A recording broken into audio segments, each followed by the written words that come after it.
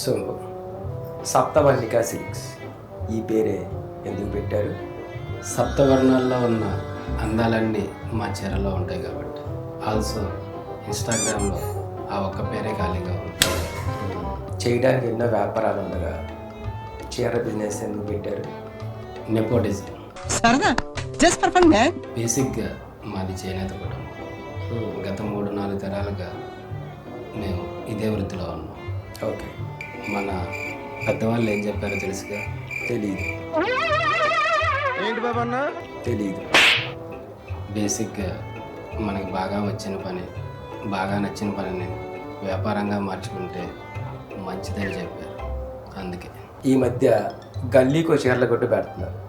దాని మీద మీ అభిప్రాయం? మంచిదేగా.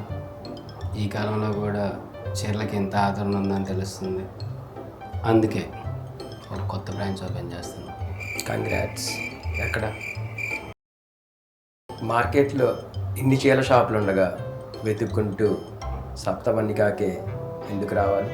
ప్రపంచంలో అంతమంది అమ్మాయిలు ఉండగా కార్తిక్కి జెస్సీయే ఎందుకు నచ్చిందంటే ఏం చెప్తాం? మీ సెన్స్ ఆఫ్ హ్యూమర్ బాగుంది. సమాధానం కూడా చెప్తే ఇంకా బాగుంటుంది. ఎందుకంటే ఇంకొక పెద్ద మనిషి చెప్పినట్టు డబ్బులు ఎవరికి ఊరికే రావు. అందుకే మీరు కూడా సప్తవర్ణిక సిల్క్స్కే రావాలి.